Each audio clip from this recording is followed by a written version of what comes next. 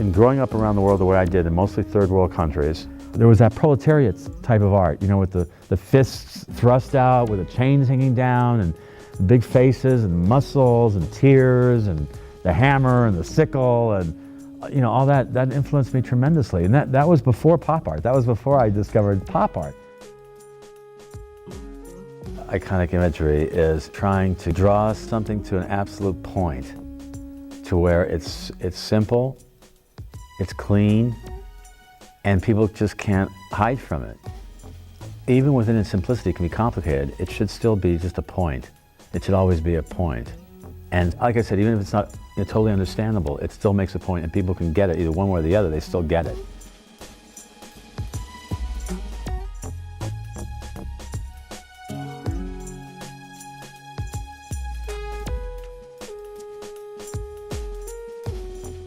Los Angeles over the last 4 years has been going through the fourth largest building boom in its history. It's about $35 billion of development, real estate redevelopment from Playa del Rey to East LA. The biggest part of that pie was in downtown Los Angeles, about $13 billion. And I got a call from this organization called the Central City Association of LA, which is the lobbying group for all downtown business with the city. And the president had an idea, which was to ask me if I could do my spin of the downtown LA skyline in a three-dimensional wall sculpture. I'd never done a cityscape thing like this before, and so I wanted to, you know, obviously then bring it into something new, and it's something that wasn't, because I think doing a cityscape thing could become kind of trite and cliche and lots of negatives I saw in that. So I wanted to try, how do I make something like that, you know, really relevant and fresh and alive? So this t-shirt that I'm wearing now was actually the fifth drawing, the accepted drawing for the sculpture. The sculpture turned out it was 3D. It was, let's see, about 5 feet by 11 feet by about 8 inches deep. On the surface for the skyline of Los Angeles, I used different forms of tape. So the whole thing is done with tape. So in real life, it has a very plastic, toy-like, textural feeling to it. But as an overall symbolic image, the shape of it, that seems to be magical. And that I was able to use, because it wasn't just my thing. It happens that in Los Angeles, starting in about 1999, I think Staples Center came online in '99, and Disney Hall, I think, came in about 2002. Now there's a whole cluster of buildings, which I was able to incorporate into this sculpture without having to take in any Hollywood iconographic architectural imagery. This image, which has become very successful in branding Los Angeles, became like this big hit, especially with people that were really into downtown and not the Hollywood sign. This got me a phone call from City Hall in 2005 to come down and look around the interior of City Hall, which I'd been living at that time in LA for 38 years. I'd never been inside the building before. I always loved the outside of the building. That building is one of my all-time favorite buildings in the world. When I walked in this Main Street entrance, there were these pre-existing panels, averaging about 5 by 15 feet. They're wrapped around this hallway and into this elevator bank area, because these were shadow box panels that absolutely looked, even to somebody to me that doesn't look at anything, this was like so obvious, like mind-blowingly obvious, that looked like there was something in there originally, something was taken out. They ran out of money in 1928, and being the bureaucracy, seemingly it never got around to be taken care of. So I came up with this idea. It's now called the LA Historama. And I saw the story in these panels, since this is LA City Hall, should be about Los Angeles. So I thought about illustrating the history of Los Angeles, the past, the present, and the future. But what medium does one use to break it out of the box? I came up with the concept of illustrating the history of Los Angeles in stained glass then, using stained glass as a medium with light and glass to reflect what I would think kind of a show-busy Hollywood kind of essence of Los Angeles. It went through the whole system, and it got okayed by the entire system, got all the way up to the city council vote before the hammer came down, which everybody knew was a possibility, because that was about not being able to put up something permanently modern in that building. So that was the end of that. That was in August of 2007. And then in April of a year ago, the city came back to me in April of 2008 and said, you know, everybody loved this. This was unanimous. Everybody really wanted this. And we still think it should be somewhere in Los Angeles. So when the city came back to me last year, they said, if you can still get the money, we'll get the right space. So now it's jumped to 3 times the size. It's one huge 2,000 square foot wall that's in the west lobby entrance of the LA Convention Center. A permanent installation. They did a computer search. It will be the largest solid stained glass wall in the country. I found a stained glass company in Los Angeles that's 110 years old. Unbelievable. 5th generation Los Angelinos. I can't even see it yet. I mean, really, I've never seen 2,000 square feet of stained glass in one wall. I've never seen that. Not many people have. So it's hard for me to relate, to try to imagine, since I am known, you know, for color, and what that's going to be. And my prediction, when people first see this thing, they're not going to get the content right away. There's so much content. This thing is locked into so much content. But what people are going to see is just this enormous amount of color coming at them.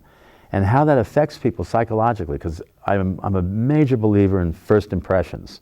It's going to have an awesome, awesome effect. One meeting I had with the Commissioner of Public Works in Los Angeles, who's the one that came back and picked up the ball for this Historama project,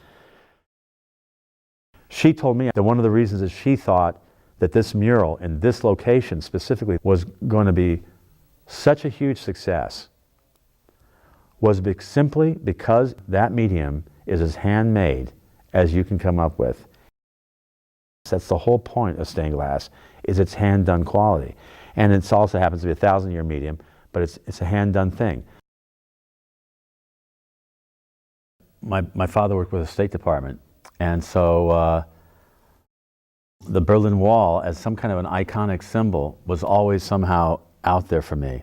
Whenever they announced that the Berlin Wall was coming down, I think that was November of '89 or something, and Tom Brokaw, I remember, was there, and everybody was dancing on the wall, and I thought that in my life that it was important to go to Berlin before that wall came down to experience what that specific edifice was and what it meant to people and what the vibe was. I wanted to see if I could, you know, find the vibe of that wall. So overnight, I put together an adventure trip to Berlin on my Gold American Express, and I called up anybody that I knew who might know somebody in Berlin that I could stay with or whatever, and would have connections, yada yada. And I had just had a poster produced. It was a kind of a circle globe with a flower and a heart in the middle, and there was a phrase, pro-peace. It was published by a poster company just before I got this idea to go to Berlin, and I got the poster company to contribute 2,800 posters. So that when I went to Berlin, I had an objective by going there, which was to do my bit and to put up 2,800 posters around the city. Each 100 posters representing a mile for the Berlin Wall, because the Berlin Wall was 28 miles long and it was up for 28 years. So it was 100 posters per mile and per year. And when I got to Berlin, it turned out that posters were a very big thing there, and there are companies that specifically put up posters. So instead of me being a guerrilla artist myself, I was able to give that to these poster companies, and they were able to paper Berlin with the sentiment of pro-peace. And it was an experience of a lifetime. We went out on a photo session one day. I had just produced an embroidered jacket for myself called the Power of Dreams jacket. And on the back of the jacket was kind of a rainbow thing with a heart again and a peace symbol in there, and there was the power of dreams in the rainbow and around it. And then there were all these images of arrows and yin and yang. It's the peace jacket. So I thought, what better place in the world to wear that but at this time in Berlin. Growing up overseas the way I did, and having sensitive, creative type parents the way I did, once they realized that I was artistically bent, in that I painted my first oil paintings when I was 8 years old. From that moment on, my parents did everything that they could to provide and to just show me what's out there in the world. As a kid, my formative years were mostly in Europe, so I was taken to every museum you can imagine, and I saw so much religious art. That was my original observation, was this European religious art. Lots and lots and lots of crucifixions and blood and guts, and just always so weird to me. So in 1964, when I was 13, we happened to be visiting Venice, Italy, and this was the year of the Venice Biennale. 1964 was the Venice Biennale, in case somebody doesn't know, is one of the largest international art fairs in the world, still is. But this particular year was a pivotal one for the Venice Biennale. It was the year that Leo Castelli, who was like the godfather of American art gallery dealers, brought his whole stable of the American pop art movement to Europe. But it was Rauschenberg and Oldenburg, Jasper Johns, Warhol, et cetera, et cetera. They were all under the banner of Leo Castelli. And so when I walked into that venue that day, I'll never forget it. It was like one of those pivotal life moments that is still totally with me. Getting all those pop artists in that one place at one time, with the sense of humor, with the dynamic, with the integration of both the fine art and commercial art and advertising, and bringing it all together and giving it credibility and having it work, was just, for me, like being unleashed. I think that's stuck with me forever. And that same time, I also was taken to, Peggy Guggenheim had a house in Venice, which she turned into a museum, an art museum. She was originally one of the major benefactors to Jackson Pollock. And this house that I walked into, it was just dripping, literally, excuse the pun, but it was dripping with Jackson Pollock. I mean, it was all these Jackson Pollocks in a small space. And that was one moment that I'll never forget. That kind of energy in a small space with that many Jackson Pollocks, which was different, which was what I knew abstract expressionism. My father was a non-objective abstractionist, a painter. So I was familiar with that. I mean, the pop art stuff I wasn't that familiar with yet. So, but still, the Jackson Pollock thing was just for sheer feeling and the vibe thing. It was unbelievable. It was like a hydrogen bomb going off or something. It was amazing. Picasso.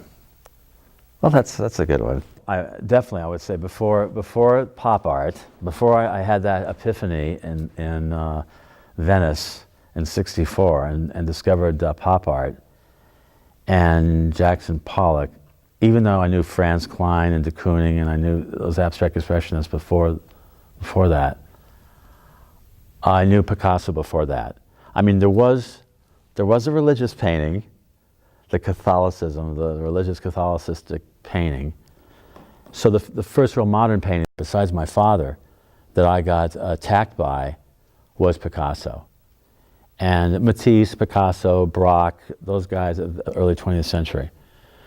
But Picasso was always my absolute standard, because I thought that as an artist, whether you're a singer, whether you're a painter, whether you're an actor, whatever, as far as an energy goes, Picasso really did it all. Nobody was more dramatic in his intent and his execution. And to me, nobody was funnier either.